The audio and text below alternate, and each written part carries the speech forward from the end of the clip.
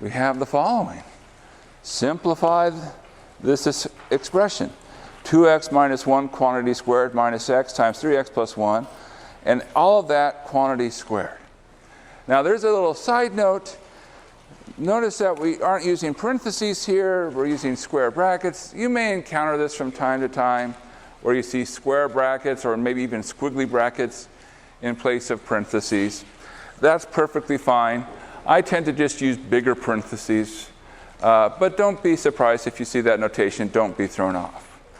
A lot of math comes down to understanding notation, and even more of math comes down to understanding, hey, I can call one thing something else. That's a surprising amount of math. All right. Out of curiosity, did anybody finish the problem? Do we have an answer? We'll do it together in a second. I see a hand up.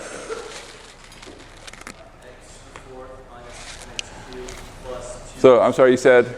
X to the fourth. X to the fourth. Okay, x to the fourth. Minus 10x cubed. Minus 10x cubed. Plus 2x squared. Plus 2x squared. Minus 10x. Plus 1. Okay. It could be that. I don't know. Anybody else get the same answer or maybe a different answer? Okay. Maybe. Let's find out. So here is one proposed answer. We'll find out. Okay. So, how do you do a problem like this? Now, the worst thing to do is just say, I'm not even going to do it. I give up. No. We want to get all the points. So we think about it and say, well, look, there's really layers here, and let's work through the layers. Now, what I recommend is work from the inside out. So notice we're going to have to square something, but before we square it, let's figure out what it is we're trying to square. So there's two pieces here, and there's the 2x minus 1 quantity squared, and then there's this other part. So let's start with this 2x minus 1 quantity squared. That looks like it's ready for us to do something. Now we can use knowledge. That's a great thing we have. We have knowledge. Do we know how to handle squaring things? Now there's a shortcut if we remember. Yes? Right. We can always FOIL it. And so, yeah, we'll do that. And so 2x minus 1 times 2x minus 1, that's what it means by squared. And then FOIL first, 2x times 2x, 4x squared. 2x times negative 1, minus 2x. Negative 1 times 2x, minus 2x. And negative 1 times negative 1 makes a plus 1. So we're getting 4x squared minus 4x plus 1. All right. Now, that's just half of the story. We have this other half. That's also inside, so let's do that. So we have this x. It's actually a negative x, because when you see a minus x, you should really think of this as a plus a negative x. So we have this negative x in front times 3x plus 1. What can we do here? Well, here, it's kind of like FOILing, but we call it distributing, right? So minus x times 3x, minus 3x squared. Minus x times 1, minus x. All right, so that's the inside. So we have 4x squared minus 4x plus 1 minus 3x squared minus x quantity squared. All right, are we ready to square, or should we do something else first? Simplify. Yeah, that's sort of our mantra. When we're thinking algebra, I like to think of algebra as the art of simplifying expressions. And we just start with something, and we simplify, and then it's like, oh, answer. Okay, so what kind of simplifying can we do here?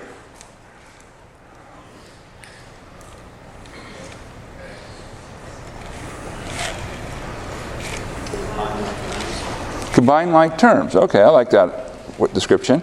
Like we have powers of x, so we can put the x squares together. So how many x squares do we have all together? Because we have a 4x squared and a minus 3x squared. Combined, we get x squared. How about for the x's, what will we get? Negative 5x. How about for constants, what will we get? There's just the 1. All right. Good. So now we've gone it down to x squared minus 5x plus 1 squared. Okay, so what do we do here? Well, it's like FOILing. We're just going to multiply. So x squared minus 5x plus 1 times x squared minus 5x plus 1. Because when we're squaring things, it just says multiply by itself. And we remember the basic rules. It says take one term from the first, that x squared minus 5x plus 1. Take one term from the second, that x squared minus 5x plus 1, and multiply. And do it in all possible ways. So it turns out there's going to be a lot of possible ways. So let's just do it methodically. X squared times x squared. X to the fourth. X squared times minus 5x. Minus 5x cubed. X squared times 1. X squared. Okay, so that's, I picked the first term and I multiplied it through all those terms in the second one. All right, well, now let's do the same thing with the minus 5x. Minus 5x times x squared. Minus 5x cubed, and I'm going to just write underneath to help make things easier to combine in a second. Minus 5x times minus 5x plus 25x squared. Minus 5x times 1 minus 5x. All right, one more round, and we'll almost be there. Now it's the 1. 1 times x squared. X squared. 1 times minus 5x. Minus 5x. 1 times 1. 1. All right, and now we just add up. So this is, you might think of it as vertically combining things. And we say, all right, well, how many of these x to the fourth do we have in total? One of them. How many x cubes do we have? Well, negative 10. How many x squares do we have? 27. How many x's? Negative 10. How many, what's our constant? 1. And there we go. That was pretty close, pretty close. I think probably was that 25x squared term. So good guess, good guess. Keep at it, keep at it. All right, so any questions?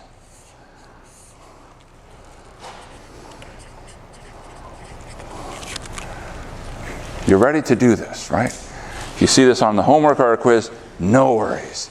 You got this. So main thing is be calm. Just slowly chip away. Think about what's something I can do to simplify. And oftentimes it's a smaller part. Do the small things. Work from the inside out. You can do this. You're going to be great.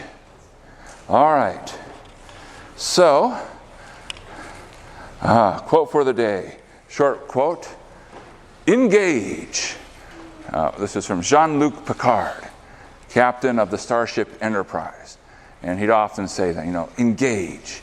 And here, I just want to say that the main thing about success for you in this class, in any class that you're going to be taking, is engagement.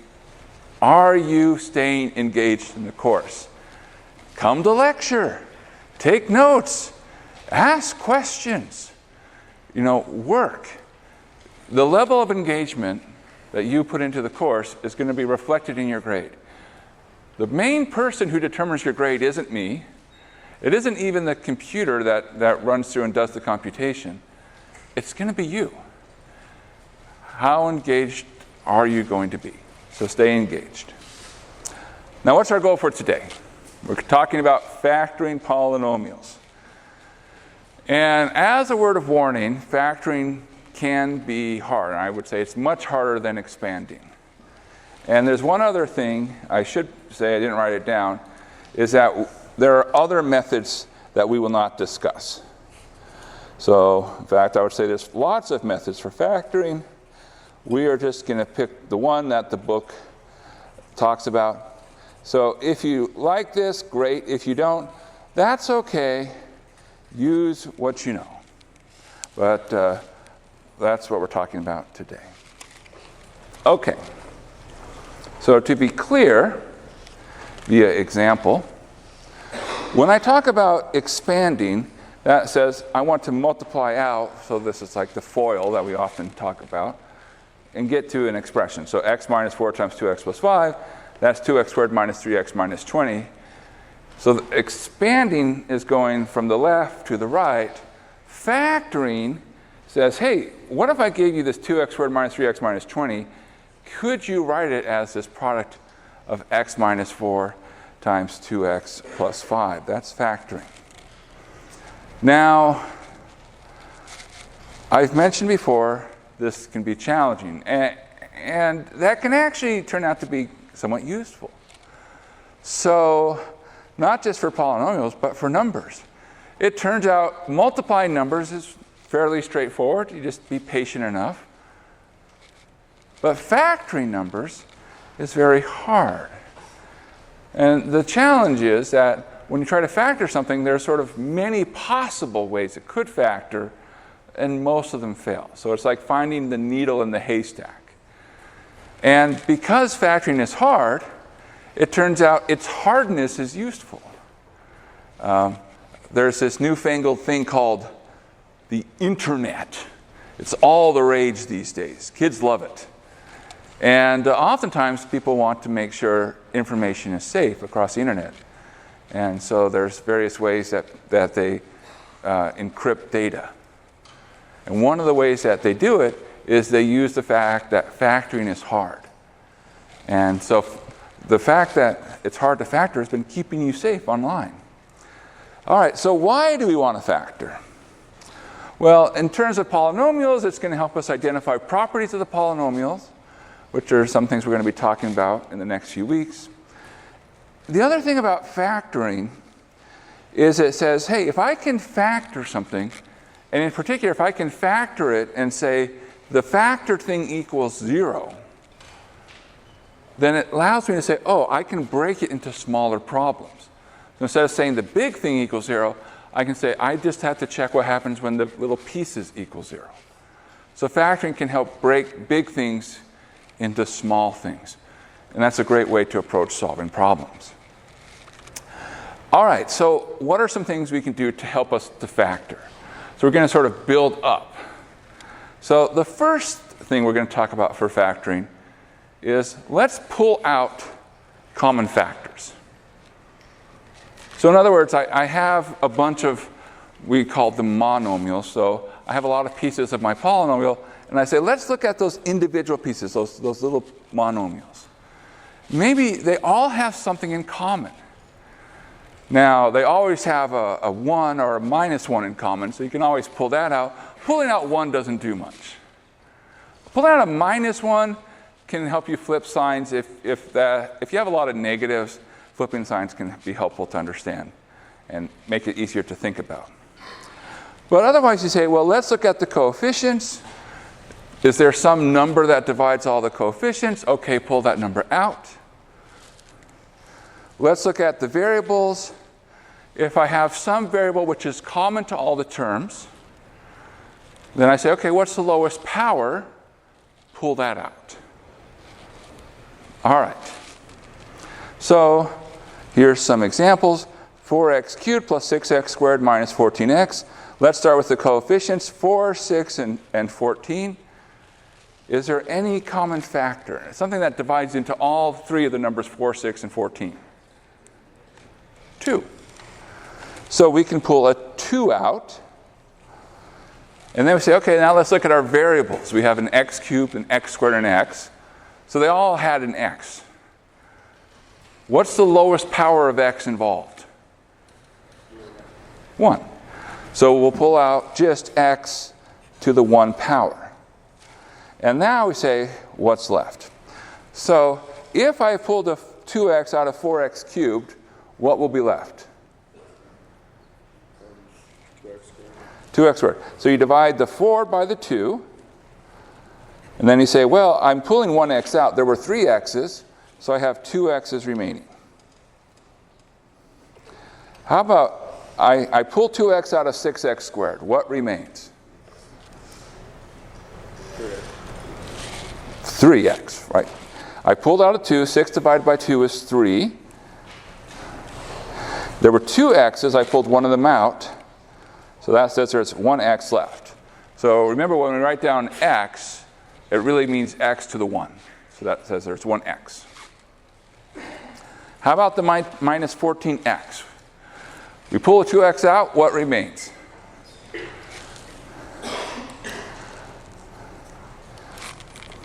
So take negative 14 divided by 2 gives negative 7. Yep. What about the x term? What's left?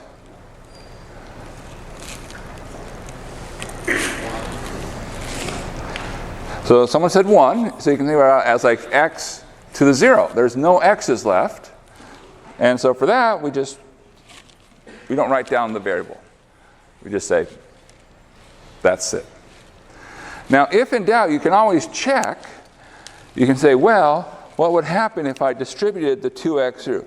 So if you're having a hard time thinking, well, I'm not sure exactly what it should look like, think about what would happen if you multiply the 2x back in, and you can see, oh, I'd get a 4x cubed, I'd get a 6x squared, I get a minus 14x. A little bit of time. Do we have an answer? What can we pull out? 3xy. Good. Now, I would say this might be a case where I might also, let's for fun, pull out a negative, because I see 2 negatives. All right. So, why the 3? Well, 6, 9, and 3. Everything's divisible by 3. The x. Why the x? Well, x squared x, the lowest power is 1. And y squared y to the 4th, the lowest power is 1, because this is y to the 1. All right, so when you pull that out, what's left? In the first term, what would you have? Remember, I pulled out a negative. 2xy. The next term? Plus 3. The last term? Y to the 3rd. And I've left a suspicious gap here. What do I put there? Minus. Yeah, be careful. Because if you pull a minus out and it was originally a plus, it now flips the sign. So factoring a minus out flips all your signs. Things that were negative become positive. Things that were positive become negative. All right. So look for common factors. Now, the second thing we're going to do, and I will say we're building up to an idea. Second thing we're going to do is factor by grouping, which is to say, well, let's break the expression into blocks. And we'll work through what that means, but essentially I'm going to break it into small parts. And in each small part, I can do that, pull out a common factor.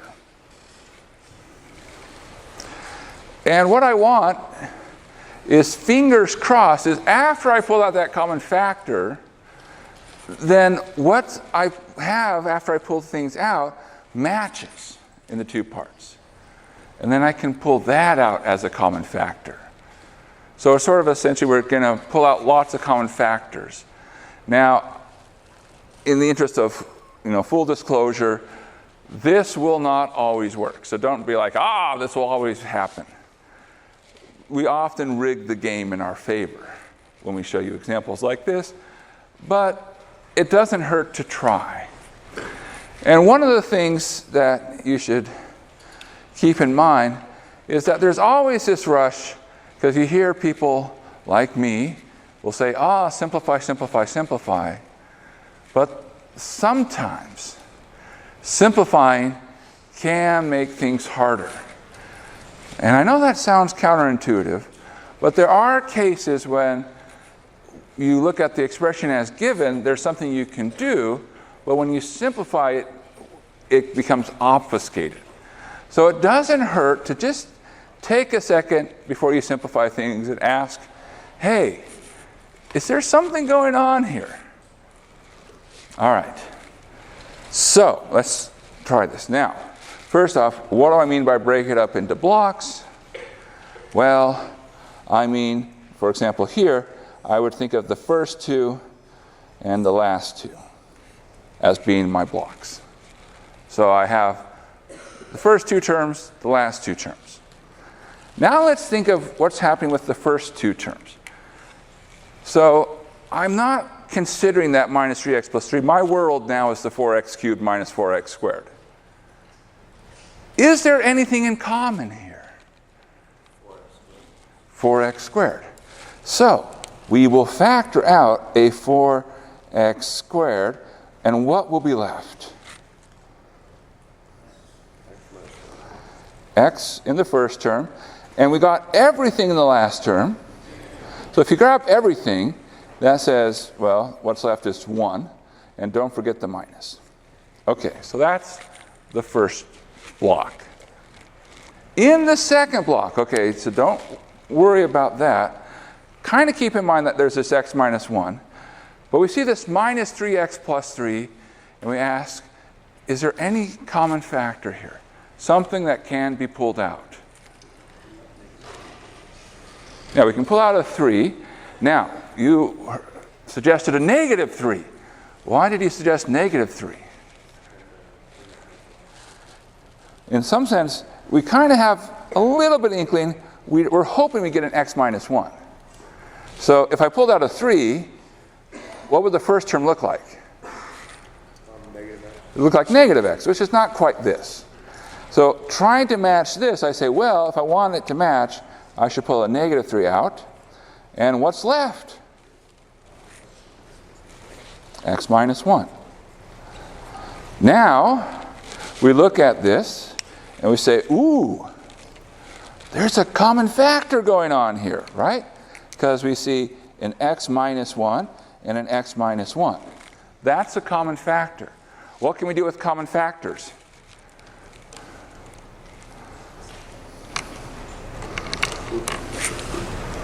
We can pull out common factors, right?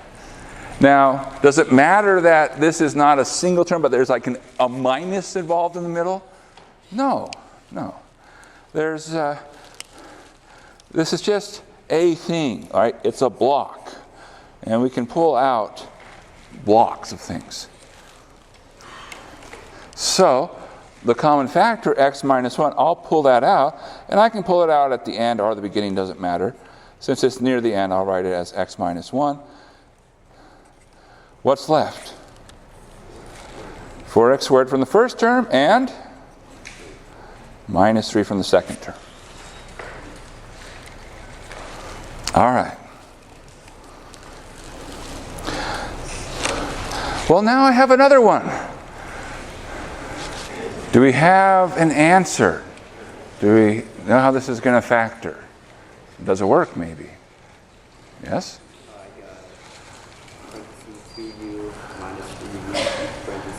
So 2u minus 3v and u plus 3v. Okay. Anybody else get the same answer or maybe a different answer? I see a couple of hands saying, okay. So let's work through it. Now, if this is going to work, I will say it's basically always, pair the first two up, pair the second two up. So you don't need to stress too much about, which pair do I go with? The common factor of 2u squared plus 6uv would be 2u. So you factor that out from the first term, there's the u left. How much is left in the second term? 3v. Common factor of minus 3uv minus 9v squared? Minus 3v. And what's left from the first term? u. The second term? Plus 3v.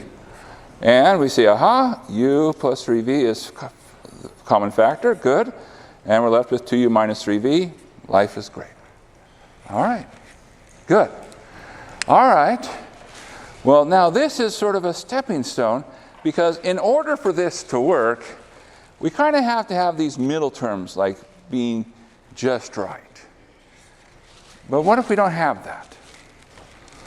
So there's an idea of, well, let's put it in there. So now we're going to look specifically at what we call quadratic. So something that looks like ax squared plus bx plus c, or au squared plus buv plus cv squared. And in the textbook, this is like the AC test for factorability. And it says, gosh, you know, I really like that last thing we just did. That factor by grouping. It was so cool. It made me feel awesome. And so what can we do? Well, the thing is, to do that factor by grouping, you basically have to have 4 terms. And when we start with the quadratic, like ax squared plus bx plus c, we have 3 terms. And so the idea is, well, let's take that middle term, that bx, and let's break it into 2 pieces. So we'll break it up as px plus qx. All right.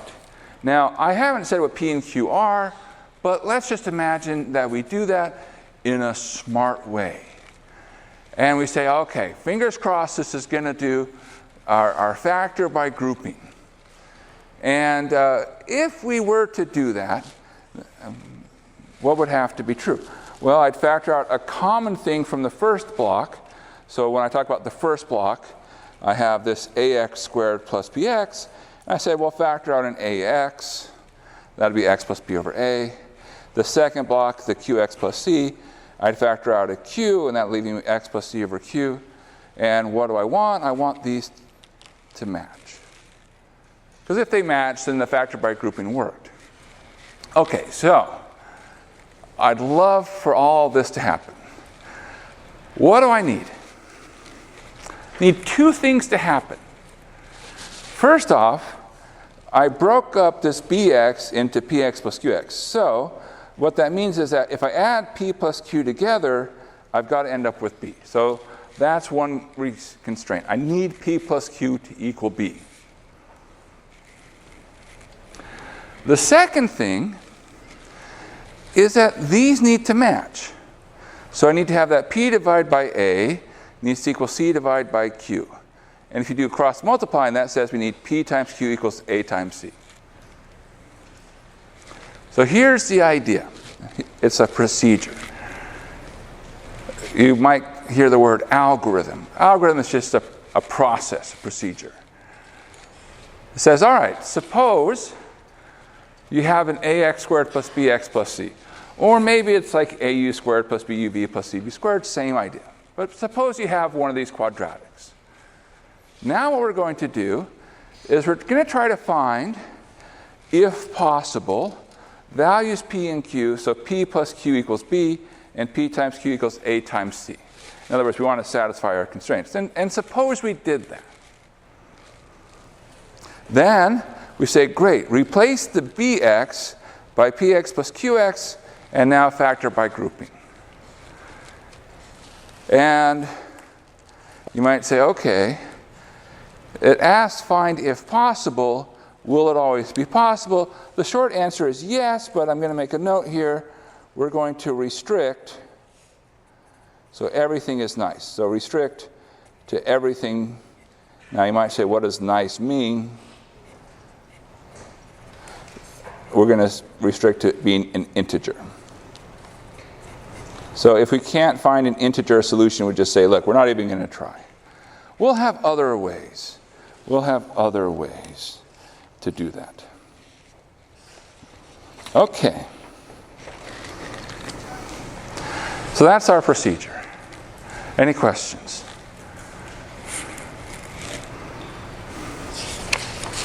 Okay. So let's try this out. So we have our 4x squared minus 4x minus 3. Let's start there. So we're in part A. this 4x squared minus 4x minus 3. So we have our A, our B, and our C. So when we talk about the coefficients, we have A, B, and C. Now, that says what? Well, we're looking for two numbers, P and Q. We need P plus Q to equal B. So that's negative 4. And we need P times Q. That needs to equal A times C. So that's negative 12. That's AC. Okay, so let's talk about P times Q. So we have an integer here, negative 12. We got a negative number out. What does that tell us about our numbers? If I multiply two numbers and I got a negative, what must be true? One of them's negative, and one of them's positive. They have to have different signs. All right. And I have 12. By the way, which one's going to be the bigger number? The positive or the negative? Can we figure that out? The negative. Why? Notice what happens when we add them together.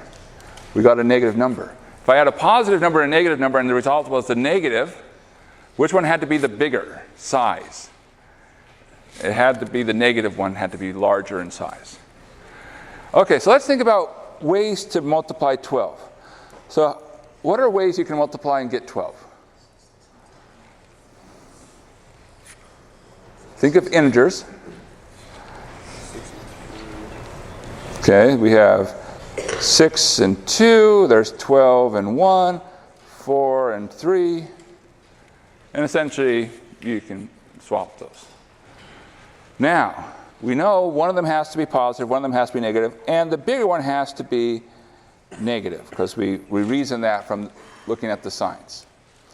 So, negative, negative, negative, positive, positive, positive. Do any of these, when we add them together, give us negative 4? Aha, the second one, right? So, we look at that and say, cool, we've figured something out. We're on track here.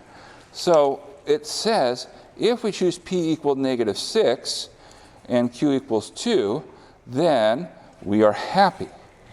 Because negative 6 plus 2 is negative 4. Negative 6 times 2 is negative 12. All right. Well, now, question.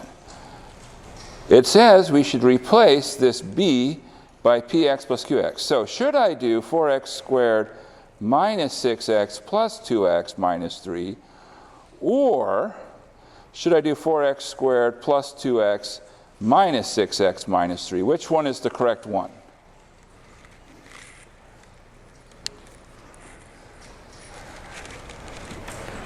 Plus 2x, so if that is correct. Sorry, what? Would it be plus 2x first, so if that is correct? Well, the answer is yes. Which one is correct? Yes. They're both correct. So the plus 2x first will work. The minus 6x first will work. And you're probably like, what? That seems too good to be true. It seems too good to be true. But let's try it. Okay, we do our grouping here. What's common in 4x squared minus 6x? 2x. If I pull it out, what's left? 2x minus 3. What's common in 2x minus 3? Yeah, there's nothing in common. So you can just pull out a 1, or we'll just throw some parentheses around it. And now we say, well, hey, 2x minus 3 is the common factor. Pull it out, 2x minus 3 times 2x plus 1. Now, let's try it on the other one. We should get the same answer because math is cool like that. Is it cool like that? You know it's cool like that. 4x squared plus 2x, what's common? 2x. You pull it out, what do you get? 2x plus 1. Minus 6x minus 3, what's common? Minus 3, and you pull it out, what do you get?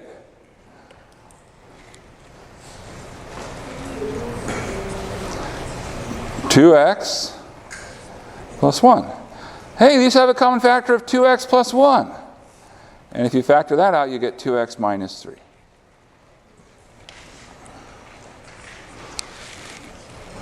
All right.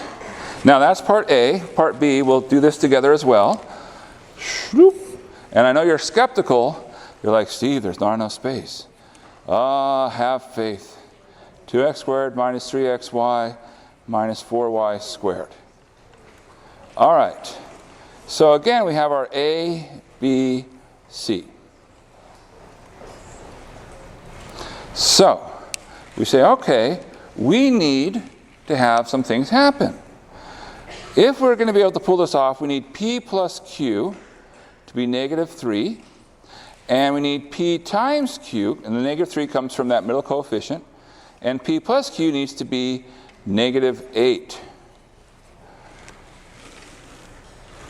Now, just like in the last one, we can think about, well, one of them is positive, one of them is negative, because their product is negative. We add them together, we get a negative 3.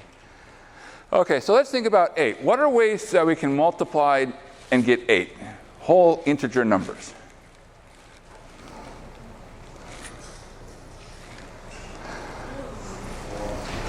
Four and 2. Any other ways?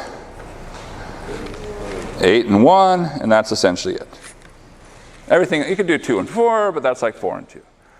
We already know or have reasoned.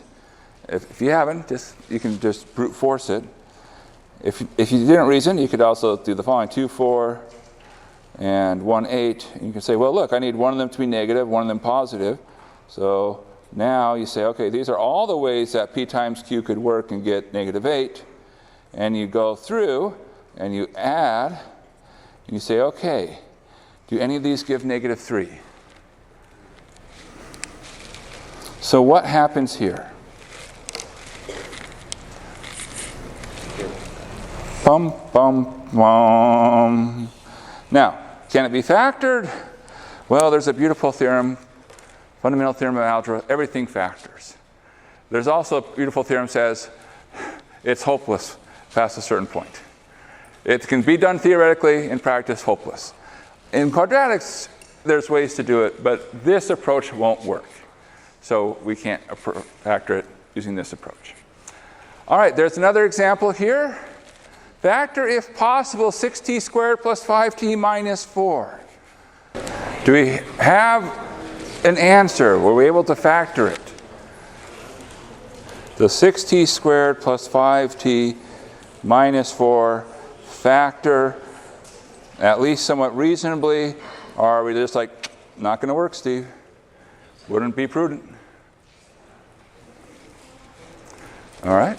2t minus 1. 2t minus 1. And 3t plus 1. All right, so we have. Now the nice thing is, it's easy to check an answer, because what can you do? You can just expand. Do you get 6t squared? That's good. 8t minus 3t, the outer and inner. That's good, and minus 4. So that's a great answer. But you're probably like, oh, I don't know if I could just pull that out of there. Well, that's right. So we want to have a way to be more methodical. So what would have happened if we did it doing this approach? What should P plus Q be equal to?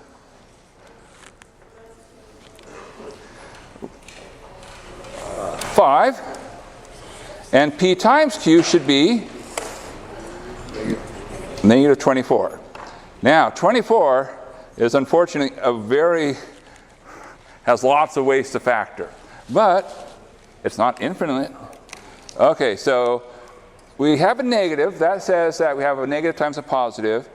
Is the negative number bigger or is the positive number bigger? When we add them, we get 5, so the positive number should be bigger. So we say, okay, so we have 24 could be multiplied by 1, 12 could be multiplied by 2, 8 could be multiplied by 3, 6 could be multiplied by 4, and that's the list of ways to break 24 up as two numbers.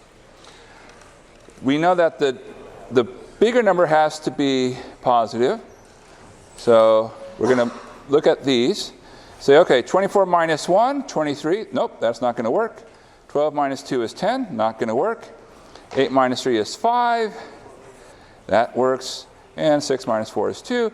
So we say, aha, we should choose P equal 8, Q equals negative 3, which would give us 6t squared plus 8t minus 3t minus 4, and keep going from there. Now, a few more things before we leave. I still have 2 minutes. I changed to t instead of x. What happens when we change the symbol? Nothing. A big part of math is saying, be flexible on how you call things. Changing the name doesn't change anything. If you can get that, you're going to be way ahead. Now, last thing, because I still have a minute and a half. I'm looking at the time. There's a fourth method which just says, hey, if you've seen something before, use it. Use familiar things. So what are familiar things? U squared minus v squared. That's a difference of squares. We see that again and again and again. So use it. U squared plus 2uv plus v squared. That's a product of squares. So when you see a u squared plus 2uv plus v squared, it's like, I know how to do that. Same thing with u squared minus 2uv plus v squared. No, u squared plus v squared did not make the list because it doesn't work. All right, we'll do these at the beginning next time, and we'll call it a day.